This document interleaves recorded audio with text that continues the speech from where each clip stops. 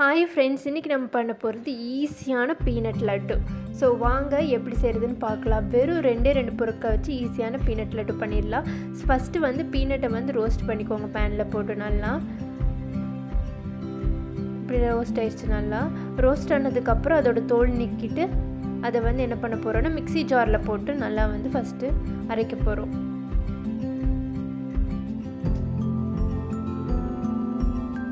So first வந்து கொரன்னு அரைச்சிக்கோங்க. கொரன்னு அரைச்சிட்டு அது ஃபஸ்ட்டு கொரன்னு அரைச்சதில் ஒரு 2 ஸ்பூன் வந்து தனியாக எடுத்து வச்சிடலாம். தனியாக எடுத்து வச்சதுக்கப்புறம் நல்லா பேஸ்ட் மாரி அரைச்சிக்கோங்க. அதில் வந்து 2 டேபிள் ஸ்பூன் வந்து நாட்டு சர்க்கரை, 2 வந்து ஏலக்காய் நல்லா அரைச்சி எடுத்து வச்சது தனியாக ஒரு பவுலில் வந்து ட்ரான்ஸ்ஃபர் பண்ணிடுங்க. ட்ரான்ஸ்ஃபர் பண்ணிவிட்டு அந்த கொரன்னு அரைச்சி வச்சுருந்த அந்த பீனட் துருவலை வந்து மேலே தூவி நல்லா ரவுண்டாக லட்டு மாரி நம்ம வந்து பிடிச்சி வச்சுட்டு அது மேலே டெக்கரேஷனுக்காக நான் வந்து முந்திரி ஆட் பண்ணியிருக்கேன். நீங்கள் வந்து உங்கள் விருப்பமெல்லாம் என்ன வேணாலும் ஆட் பண்ணிக்கலாம். இல்லை சும்மா சாப்பிட்டாலும் அது நல்லா தான் இருக்கும். ஹெல்த்தியான ஸ்நாக்ஸ்.